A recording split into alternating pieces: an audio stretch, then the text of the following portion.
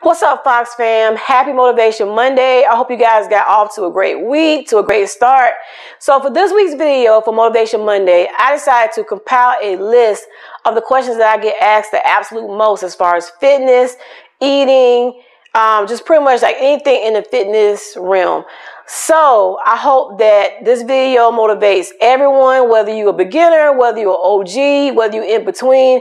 I hope this video answers some questions and provides some information for you.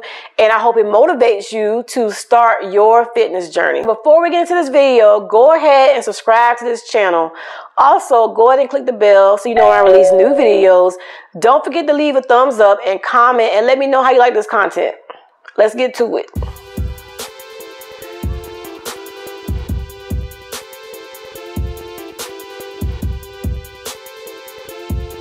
Number one, do you diet? What do you eat? Okay, so no, I do not diet. And actually, the food that I'm showing you guys right now, this is chicken and waffles. We're moving on to some fresh salads, goat cheese and strawberries. And if you don't like that, then we got some fresh garden salad over here. So, and then we got some pasta and some chicken. Then my new favorite, spicy chicken pasta. So no, I do not diet. What I do is intermittent fasting, which a lot of people think intermittent fasting is a diet, like you're not supposed to eat while you're on it. And I did a whole entire article on my blog site, avenue.blog. An entire write-up on the different ways you can do intermittent fasting, exactly what intermittent fasting is. But I go to a whole explanation, telling you guys what it is. But basically, intermittent fasting is a eating schedule. Rough example, what I do, I eat between the hours of 9 a.m. and 9 p.m. I'll get my breakfast in around 9 a.m. I'll get my lunch in, and I'll get like 2 snacks in, and I'll get my dinner in before 9 p.m. Also on my blog, I keep a food diary. It's called Don't Forget to Eat, and it's on the health and fitness tab. And pretty much what I do is jot down what I eat for breakfast, snack, lunch, dinner, and you can visit there and just look. This kind of gives you a really good idea of how intermittent fasting works as far as the method that I use. But on here, you get an example also like the foods I'm eating, around what time, what types, and what I eat before I go to the gym, after I work out, and all that. Number 2, how to do squats. Okay, so this is a question that I get asked a lot. I'm a little bit surprised that a lot of people don't know exactly how to do squats, because a lot of people are concerned about their core, having a snatched waist, making the waist smaller, all of that. And they are actually surprised to learn that squats are one of the fastest ways to build up your abs and strengthen your core muscles. Now, there are actually so many different types of squats, but in this video, we're going to talk about 2. And these are ones that I do a lot. So first, we're going to talk about, okay, so first I take the bench and I line it up behind me, and I do a few body weight squats just as a marker to make sure that when I bend down with the weight, that the bench is right behind me.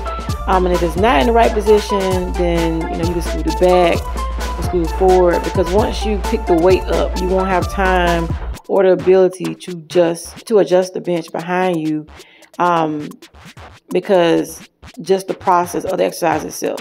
So I make sure that the bench is lined up behind me, that it's square behind me, and that when I go back to sit down, that I'm right in the middle of it. Okay, so then I'll check the bar and make sure that it's right below the height of my shoulders. It should be the height to where when you get under it, you're able to get into the squat position under the bar while it's on the rack.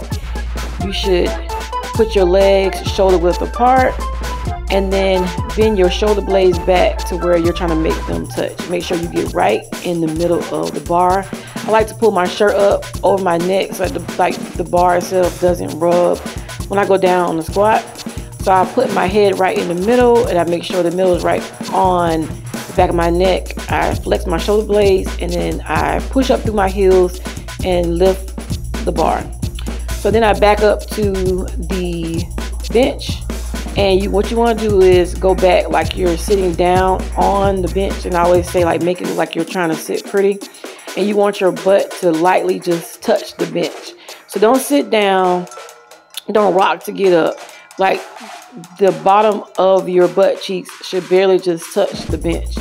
And when you go up, be sure to push up through your heels, and this is going to help to keep your balance. Also, when pushing up through your heels and you get to the top where you're standing up, push forward with your hips. This is going to help to maximize your squat and get down the full range of motion.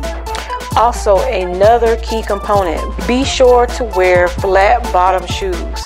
Shoes like these Jordans that I have on, like Converse, anything with a completely flat bottom are the best shoes to do squats in. Running shoes are not ideal because the bottom is not flat. It's made to push off, like when you run, and you run the risk of throwing off your balance and hurting yourself and injuring your back.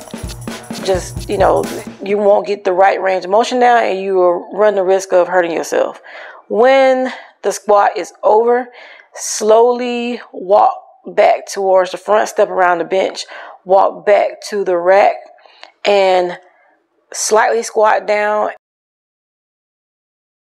and place the bar back onto the rack, and then remove yourself from under the bar. If you did this correctly, and if you did enough of them, when it's all over with, you're going to be tired. So just know that. Be prepared for that. You're going to be a little winded. But that's a good thing. Okay, guys. So these are regular squats. It's the same concept pretty much. Your feet placement is different here. Your feet should be placed slightly wider than shoulder width apart. Point your toes out to a 30 or 40 degree angle.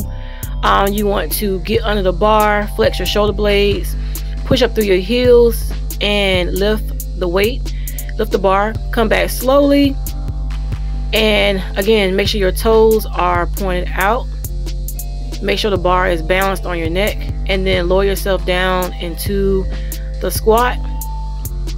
Be sure to push up through your heels again, and make sure you push your hips forward. When doing squats, it's very important to keep your chest up. A trick to do this and to keep your balance is to look straight ahead, look up about a foot, and pick something on the wall, like a sign or a piece of paper or a spot to focus on as you're going up and down. This will help you keep your chest up and help you keep your balance. If you don't know, now you know. Squats are a great full body exercise.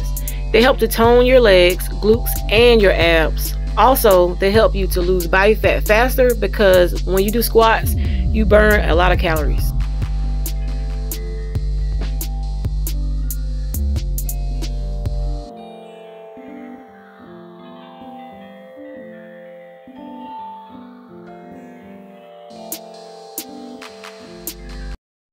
This question comes up a lot. How long does it take to see results? Okay, guys, so you want to know how long it's going to take you to see results? Well, that depends on a couple different things. So for noticeable changes, you're talking about 30 to 60 days. Depending on your diet, this depends on your workout intensity, how hard are you pushing yourself. And then if you want to see drastic changes, if that's what you're looking for, then you're talking about 3 to 6 months where you start seeing, tone and definition, muscles popping out, that kind of thing. Bottom line, as far as results, is all about consistency, what you're eating, and the effort you're putting in at the gym. However, much of that is what's going to get you to seeing results. Number 4, is it important to do cardio and weight training? Should I do it before or after? This is a definite yes. You should do cardio after you've completed your weight training. And here's why. Doing cardio can cause your muscles to fatigue before you get to your strenuous activity, which is weightlifting. If your main goal is fat loss, you should definitely be doing cardio at the end of your workout session. The reason why doing cardio at the end of your workout session is so beneficial is because the cardio creates an energy deficit within the body. So after you've done cardio, your body starts attacking your fat storage that's still left within your body and tries to replenish the energy that it lost. So after you're done with your workout and you driving home and you chillaxing in the car, your body is attacking the fat storage that remains within your body. So after your workout is done, you're still burning fat. Okay, so I'm about to hurt a lot of people's feelings because this is going to take away from the excuse that you have every month to avoid going to the gym. So there is no scientific reason as saying that you cannot work out while you're on your period, while you're on your menstrual cycle. It is advised to not do high intensity workouts, especially if you're like already feeling fatigued. Working out strenuously can affect your adrenal glands. It can also put a lot of wear and tear and cause inflammation in your joints. Not advised to work out heavy while you're on your menstrual cycle. What I do is I do workouts from the waist up. So I do like triceps, biceps, back. I'll do cardio, shoulders, stuff like that. But I don't usually do deadlifts and squats and stuff like that while I'm on my period. You can do squats. It's not advised that you don't. However, it is advised that they're not like strenuous, like a lot of weight.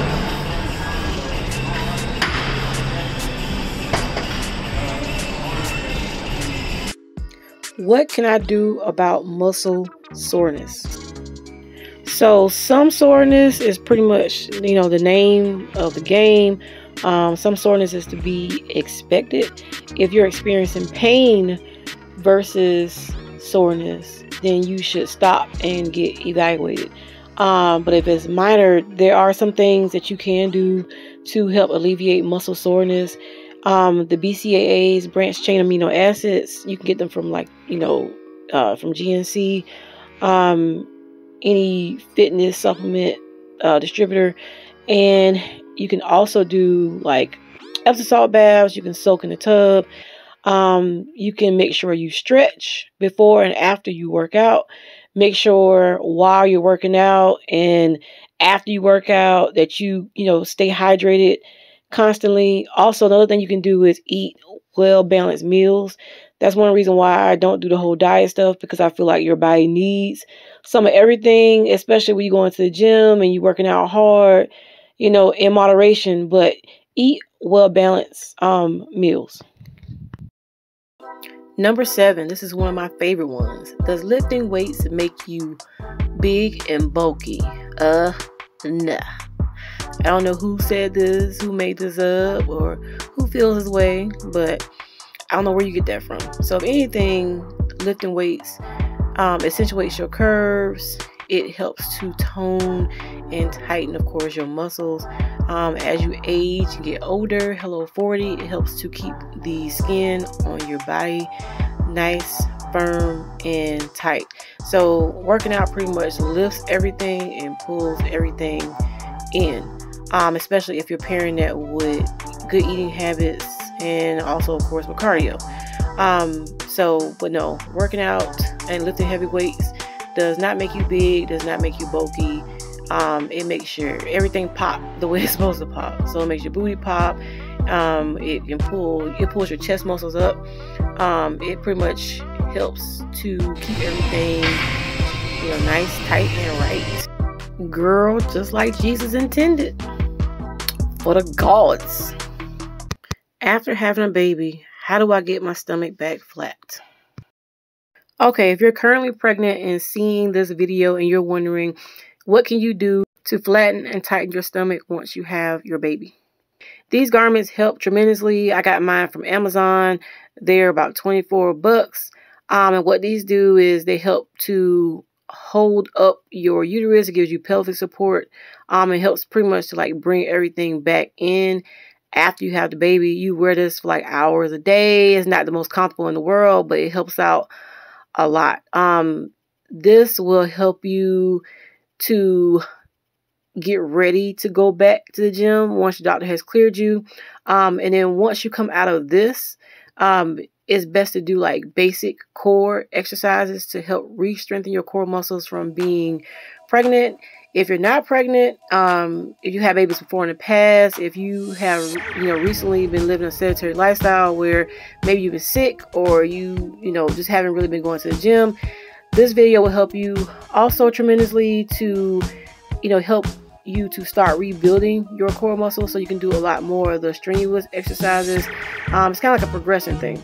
So you can't have abs, you can't have a six-pack if your core is undeveloped. So you kind of start with, some basic exercises, build up your core strength, and then work your way up. But the way to flatten your stomach, especially after having a baby, is to start with your core muscles and then work from your core out to your abs. And those two things together, right way of eating, it will help you to flatten your stomach and get tighter muscles, because now you have a tighter core under your abdominals. Number 9, how long should I work out? Okay, so the answer to this question depends on your goals. And it also can fluctuate depending on what body part you're working on what day. So like for me, legs take, a lot longer than another day and another body group, like, versus triceps and biceps or shoulders and back. It just depends on what group you're actually working.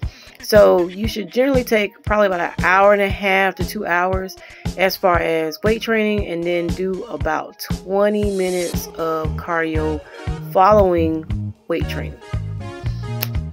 Number 10, should I have a fitness plan? The answer to this question is a definite yes. A fitness plan helps you out considerably within your fitness program. It helps to provide consistency. It helps to give you a schedule as far as when you go to the gym. It takes the guesswork out. You don't have to go in there and look around and try to figure out you're going to do legs a day or abs a day. You get there, you pretty much know what to expect. You go to whatever area or whatever machine you're working on for that day, for that body part. And you do your cardio and then you're out. So okay, today is Tuesday. I'm gonna be we're doing abs today. I'm gonna be at the gym for 1.5 hours. Friday is legs. I'm gonna be in the gym for 2.5 hours. So it gives you a schedule as far as what to expect, and it helps to keep you on track as far as like accomplishing goals as far as weight loss, stuff like that. If you have a fitness plan, it gives you something to look back at as far as continuity to figure out what you may need to improve on, things that you can change, that's one way you can mark your progress. So I always feel that fitness plans are a definite yes.